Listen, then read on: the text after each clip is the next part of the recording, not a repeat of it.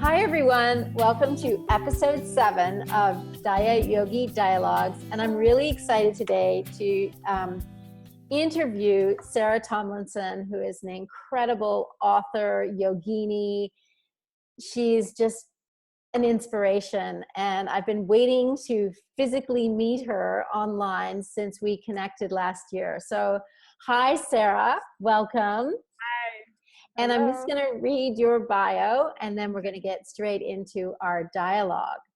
So Sarah Tomlinson is an internationally acclaimed yantrika, a yantra teacher and practitioner, yoga teacher and artist with renowned fans across the globe, including Alina Brower and Sharon Gannon, co-founder of Jivamukti Yoga. Sarah worked extensively with her mentor, Harish Johari, in India. He initiated her into the spiritual practice of painting yantras. Sarah is the author of the informative coloring book, Coloring Yantras, the creator of the Yantra Bliss Oracle Deck, and the author of the planetary yantra workbook, 9 Designs for Inner Peace. She leads retreats and yantra workshops around the world and enjoys lots of time by the ocean with her husband and 2 young boys. So welcome, Sarah. Thank you so much for joining us today. Thank you for hosting us. This is a great show. You know, I can't wait to see everybody else's videos, interviews. Great. So I want to get started straight away because obviously you are a world-renowned teacher. You're an author. You live a very busy, full life. You're a mom of 2 boys, and you live with type 1 diabetes. So I'd love to know your diagnosis story. How did this happen? When did this happen? Well, it was before I had all these things happening. Before children, before husbands, before all that. You know, I was actually at art school in New York City, and I was already doing yoga. I've been doing yoga for about 8 to 10 years already, but I hadn't been teaching. And I left art school and I started living in New York City. And I remember thinking, how am I going to do this? How am I going to survive in New York City? What are going to be my resources? And pretty much around that time, I felt weird. And I started seeing blurry vision. And I was going to visit my parents in England. So I went to see them and I said, I don't feel good. I can't see very well. So they took me to the doctor, like the family GP. And they tested my blood sugar, and I went to the hospital, and they, right there and then, they just gave me the regime and said, go home and, you know, deal with it. So, you know, it was actually nice to be with my parents and nice to be in a safe situation. And it was a big learning curve. You know, the body I thought I had was not the body that I was going to be having from there on. And then I came back to America, and I kind of dropped out of the art world. I said, you know, I'd rather be focusing on yoga and some deeper connection to yoga than having shows in galleries and trying to make a lot of money doing that. And so I really dove into the yoga and like the spiritual aspects of yoga, and I felt like they were what, like the physical body was kind of, in my mind, failing me. But I had to take care of my physical body. But it was through this deeper pursuit of yoga that I felt some support. And so then what happened? How did everything progress from that? I had support, yeah. So I was lucky because I was studying with David and Sharon at Jivamukti, and it was like a year-long apprenticeship. I had a little job, and I would basically live at the yoga center. So I had a kind of somewhat controlled environment to explore the teachings of yoga, the practice of yoga. And I guess it was good. You know, it was a really good support system. And then at times I felt like I wanted to know more about my personal relationship to Ayurveda. And Ayurveda is, as you know, the sister science to yoga. So not only were the asanas good, the meditation was good, but I wanted to know what could I do, what herbs could I take, what specific yoga postures, what breathing postures I could do. So I set upon a pretty intensive study of Ayurveda at that point. So nutrition. So I feel like at that point, everything was physical, just with a little bit of a sense that it was a mystical practice, but it still was very physical.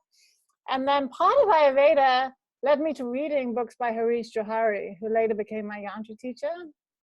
And I think I got to a point where I had had enough of the physical. Like, you're already testing your blood sugar, you're already eating these things and taking these herbs, and it's all very physical. And I still felt like it was stressing me out to be residing in the physical realms. So I would go, they would have some evenings at Jiva Mukti, the yoga center, which were just chanting, satsang. And in those moments, I was like, I'm not just this body. I had these epiphanies, I'm not just the body. I'm this mystical being who's living in this body. And I think that's where I felt like I had to go. I could not stay hanging out in this body that I felt, had these limitations. So I really dove into yoga and the subtle practices of Ayurveda, and those included using yantras. So yantras are these mystical diagrams, and they affect the physical body and also the mental body, the emotional body. And I don't know, it's like taking a subtle medicine. And at that time, I felt better when I heard the sounds, like my whole being relaxed. And actually, when I was more relaxed, I knew better how to dose my insulin. I knew better which exercises to do, which foods to eat. So I feel like I was more anxious and more kind of nervous if I only focused on the physical body. But if I focused on these spiritual practices, they calm me down enough. And I feel like even physiologically, when I'm more calm, my body uses the insulin better. I know a lot of people, when they do a lot of exercise, they feel like it increases their or decreases their insulin resistance. I feel like when I'm relaxed, all of a sudden my cells are open and the insulin can actually get in. So I was kind of like, well, how can I do more practices like this that kind of connect me to the mystical forces where I can trust in something bigger? Otherwise it's you controlling your blood sugar, and it's very stressful to think that you have to do everything.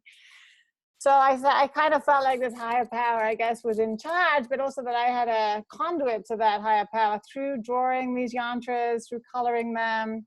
So pretty quickly, I met my teacher, upstate New York. He was visiting, and I said, that's it, I'm going to India now. I'm going to go and live with him, and I'm going to do yantras. And that's, that happened. And I don't know. These days, I was thinking about this earlier. I was talking to you earlier about people who are doing coloring, and coloring being calming. But the thing is, yantras are a kind of coloring, but they're connected to a very ancient tradition where you're talking to the gods. So you're connecting with the inner deities, if you like. So it's a form of prayer. So I would say that my greatest form of diabetes management is this kind of prayer that keeps me just calm enough that I can then dose my insulin correctly, eat the right things. So it's interesting, right? It's a very mystical journey, and yet there's this activity I do that calms me down. Wow. I mean, it's something that we have in common, because part of my journey when I was diagnosed was to really dive into Yantra as a way to build immunity, because at that point, I thought I had type 2 diabetes, and I thought I could reverse it. And I thought, well, if I could just build my immunity, which we call ojas, then I'm going to be able to, beat this thing. And I was just every day making yantras. I was making them with flowers, drawing them on the floor, huge things, and then filling them with flowers. And I would do this for hours. I mean, 3 hours or 4 hours a day. And everyone thought, well, what is she doing? Someone said to me, oh, you're busy coloring with flowers on the floor. What's the point? And I was like, well, it feels good, And I think that's something that I'm so glad you brought that up, because we have been talking a lot in our diabetes management about mindfulness and about breathing and about the asana practice, but we're not really talking about the spiritual aspect as much, which, when you said it's like you're calling these energies, these qualities, and embodying them through the practice of yantra. It's so profound. It's not something you can actually talk about. You have to do it. And it's in the act of doing, you experience that flowering, and it's beyond words. So I'm so glad that, you've had that direct experience of that, and you can share that with other people, because it's just absolutely profound. So in what other ways do you feel like, your work with yantra and mantra has really supported you? I mean, I think, having the deck I'd love you to talk a little bit about the deck, because I think that's a beautiful daily way that people can work with Yantra. I have some cards here. So I just, before I teach every Yantra workshop, I show a sample of Yantras and I have people choose which one they're drawn to. And that energy is usually something that they need also to help kind of calm them down and feel more complete, right? And at the end of each workshop, people would ask me, oh, do you have any samples that I could take home and do this with daily? And I would say, no, I don't. So eventually I made a Yantra deck so that I could say, yes, I do. Take these home. So the Yantra deck actually has different teachings. Some are sacred geometry, some are about practice, and then some are the yantras themselves. So you can just pick a card for the day, or you can look at them visually. And so some of them are really just to see and all yantras have this basic geometric outline. It's like a portal. So yantras are like a portal that you dive into, right? So this outer shape is like a portal for a certain kind of energy or vibration. So there's planets. So for example, that's a Mars yantra. And so, you might need more Mars if you're drawn to that. This is a goddess yantra. And they're all like remedies. Each one has this very, very, very specific effect on a certain quality of your mind or physical well-being. This is probably the most well-known yantra, said to be a map of the universe. Favorite one. Yeah, it's so good. It's like everything you need to know is depicted in sacred geometry in this one yantra. And so yeah, they're very satisfying, very healing to work with. So anyway, you see they all have this general form. As part of the deck, also there are teachings on the shapes. Let's see, there's a good shape one I can show you. Well, this is the dot. At the center of every yantra, there's a dot. See the center? Yeah. And so it's said that if you meditate on the dot, that's actually where the deity lives. So it reminds you of the place where you're complete and whole. And have breath. Yeah, so a lot of people started getting into these more when it's like a new language, right? It's very ancient. Yantras were really like an original teaching. And, like the ones we traced are 3,000 or 4,000 BC. And there's books of writings and teachings called the Tantras. So Tantra actually means a book of teachings, right? In this way, the Tantras. And it's a way of understanding the universe and understanding that the body is a microcosm of the macrocosm. So this is also ties into Ayurveda that way. So there's this huge cosmology that you're entering into, right? And so people would ask me, how can I learn more about Yantra? And I thought, well, in this deck, if they get to know these daily and they keep them out, they're going to start to get to know the language of Yantra. Like it's subtly going to work on them, and eventually they're going to want to color them, maybe draw them, maybe use them more, and even using it like color therapy. Maybe today it's Thursday, right? Oh, it's Friday with you, but Jupiter. So maybe you need some more yellow in your life. It can be as simple as which color do you feel like you need more of? And so I really like the deck. I didn't think of it when I made it. I thought of it as a teaching tool primarily to teach people about yantras.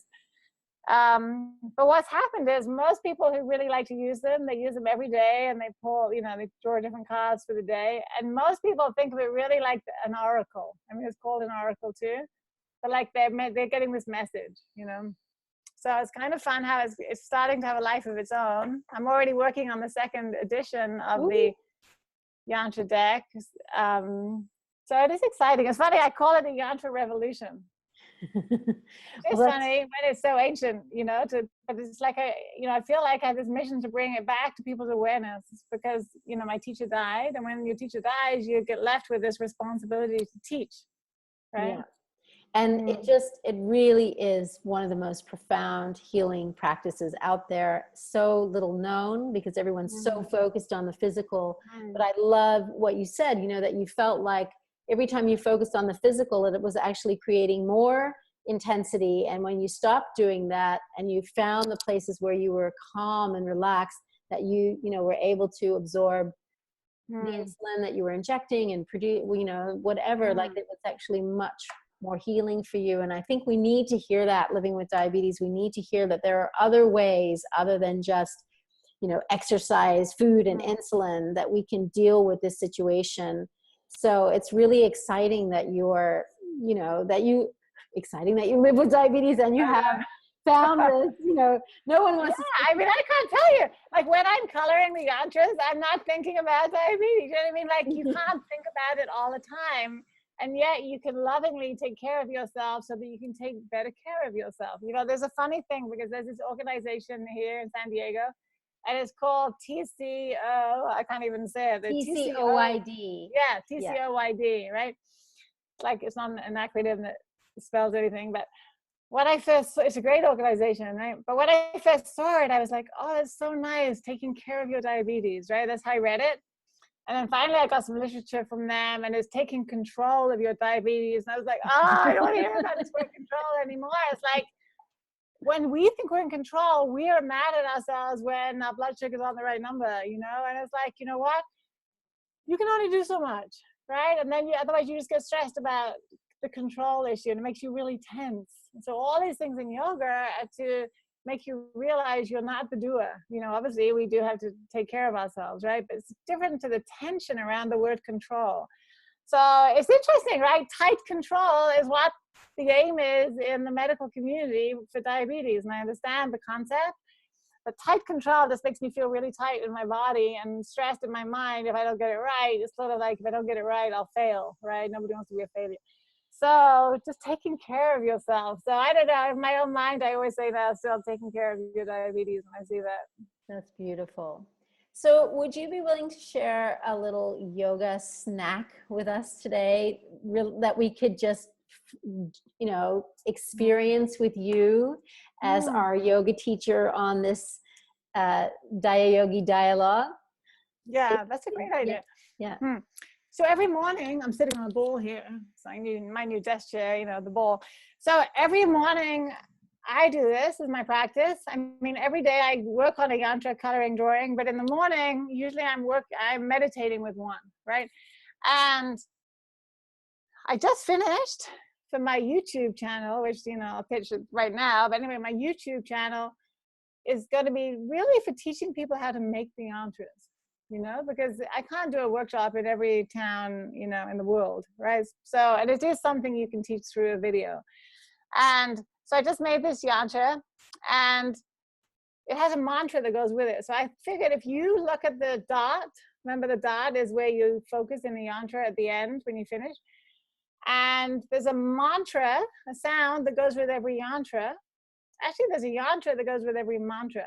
The yantras are visual depictions of an audible sound vibration, right? So mantras and yantras really do best when you use them together. So what I think I'll do is I'll present you the yantra. I'll put it in front of my face so you can see it. And I'm going to chant the mantra a few times. And then you can silently repeat along. And if you get into it, you can audibly, sing along.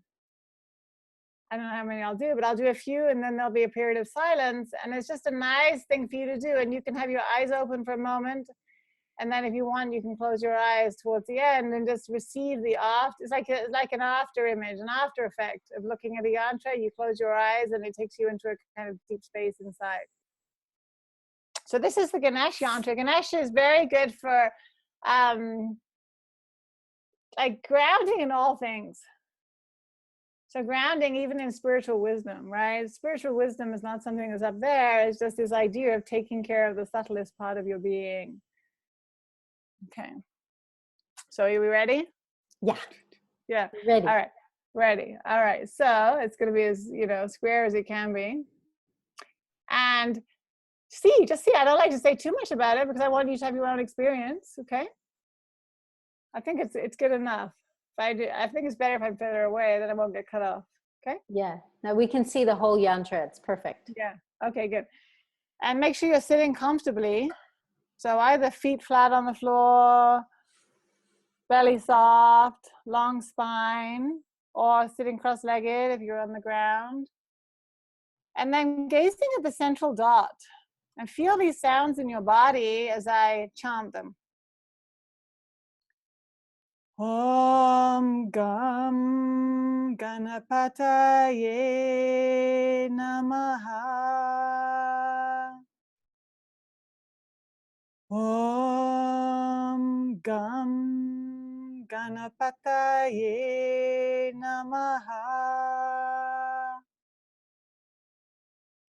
Om Gam Ganapataye Namaha.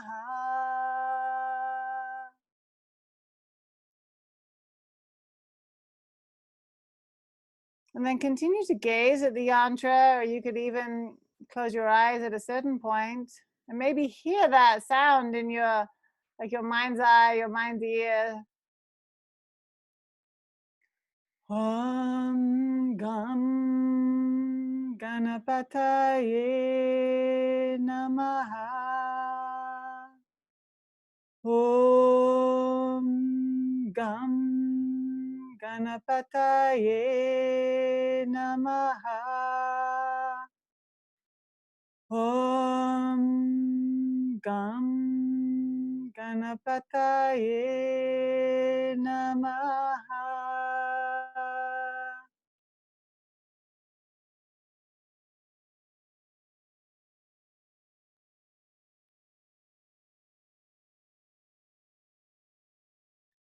So using the senses in a meditation, and then maybe even opening your eyes again and seeing how you, sometimes when you close your eyes and open your eyes, you know, you see differently.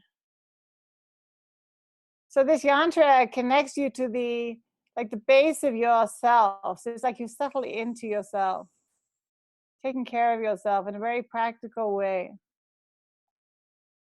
Also helps you bring knowledge. So, you know, some knowledge can be taken from a book, right? From a teacher, but a lot of knowledge is right there inside you. If you can just sit down for a moment, I know what my body needs now, you know? You know, I'll try that new medication. I don't think my body wants that new medication, right? Yeah. We're so busy looking for knowledge and, you know, on Google, and 9 times out of 10, we do generally know, you know, what's going to happen next. So just this invitation to tune in. That was amazing, because actually even just staring at it through the screen, when I closed my eyes, I could see the reflection of the yantra, and then hearing your voice and seeing the reflection was profound. So we are very lucky to have this satsang with you in this session. So much beautiful depth of wisdom and knowledge for us to know a little bit more about the deeper aspects of yoga. So how can people find you and do more with you? I don't, Get the yeah, deck, I wish I had, this is funny, right? I have the coloring book here, but you know, I have a coloring book, which is the most accessible way to start this practice. But this is just a page from it. So this is the Moon Yantra. well, I You have have the a coloring coloring book. book. So Yeah. if we just hang on 1 second, and I'll get it. Yeah, what I was going to say about the coloring book is, there it is, Coloring Yantras. It really is very accessible. And what's nice about the yantra, there's the beautiful Bhuvaneshwari colored by Rachel. And what's great about the book is at the beginning, there's a lot of information. Yes, exactly, on these early pages about what each one is good for. So when you're coloring, you can kind of tune into the quality you like to cultivate. Yes, got like. It's really good. The beginning of the book is really good. I know that sounds funny, but you know, like in terms of editing a book and everything, it really is very informative. It's more than just a coloring book. Yeah. It really, it really is. It's amazing. Yeah, it really is. So that's something that is kind of a nice thing to start with. So the coloring book and the deck seem very compatible in terms of a very introductory level of getting to know this language of yantras. And then I think that my website, sarahyantra.com, it's easy to find that, Sarah Yantra. That has interesting things on it. And also you can read more about each yantra and click on the YouTube channel if you want to learn how to make them. Right now I'm living in a part of San Diego near Encinitas. So sometimes I have yantra classes here. I do consultations with people like this via Zoom. to do with Ayurveda and actually Ayurvedic astrology, where we use yantras as remedies for emotional issues, spiritual focus, right? If you're having this feeling, oh, there's so many practices out there, I don't know which practice is right for me, sometimes it's good to have one of these consultations. And it also covers the physical health aspects of Ayurveda. So they're very interesting consultations. So I do those, so you can contact me through my website for those too. And that can just be nice to have a one-on-one, just like we're doing now. And I will be in New York City. I was based in New York City for a long time, and who knows when I'll be going back. I may be going back. But for sure, I'll be there in October, and I'll be having some events. One of the events is going to be a big Sri Yantra, the one with the triangles with the flower petals. So Rachel will wish she was there for this Totally. thing. And so that would be kind of fun if you want to do something in person. But I have quite a few workshops around. So I think if you go to the website and look at the workshop page, you know, you'll find something. And also you're doing a big retreat, aren't you? Like a pilgrimage. That's true. Circuit. That's true. That is true. Yeah. In January, we're going to go to India. So I think I showed you some of these planet ones, right? There's Jupiter, there's Mars, there's all the different planets have a yantra and they have a deity, and there are 9 energies that exist within us. And I guess it was an ancient thing that used to happen where the Maharaj built a temple for each of the planets to propitiate them and to make his personal astrology like better, right? It's like to bless the gods. So if you go to this place in South India, there's a sun temple. And so we're going to do this pilgrimage through all the different planetary temples and do a practice around that. So on the Sunday, we'll make a sun yantra. We'll do asanas for the sun, even breathing for the sun. We'll do sun mantras in the sun temple and the sun yantra. So it's a very interesting it's like a very well-rounded spiritual retreat. So if you're interested in diving into something in a more profound way, it's very unusual. No, people don't usually go to these 9-planet temples. But I went as a personal sadhana, and I've taken a couple of groups since then, and it's always really great. So just with traveling with your diabetes in India, you know, is it okay? Like, does it work? Well, people in India do have diabetes too, you know, so there's that. And what generally happens is, I guess just that thing of travel and keeping your insulin cool, you know, like you just don't want to keep it out in the sun. It's hot in South India, but I've always been fine. You know, it's like the same as traveling anywhere. And we have a nice team. The lady who comes with us, her husband is a doctor. So she's very kind of compassionate to taking care of everybody. And she always knows where the pharmacy is. And she can, I don't know, she's kind of miraculous the way she takes care of everybody. Cool. And you also are on Instagram. So we're going to have all the links below so that people can find you. And I follow you on Instagram every day because you have lovely stories and you share, you know, what you're doing with yantras, and you share kind of behind the scenes of your life. So it's, you know, as someone who is a passionate yogi, it's really beautiful to just follow your journey. So I highly recommend following Sarah as well on Instagram. And as you can see, she's just a wealth of knowledge. So I just want to thank you so much for joining us in this series of dialogues. And I will see everybody on the next episode of Diayogi Dialogues. And again, thank you so much. You're very welcome. Amazing. Thank you for inviting me, and thank you for all the work you're doing. It's so great. I touch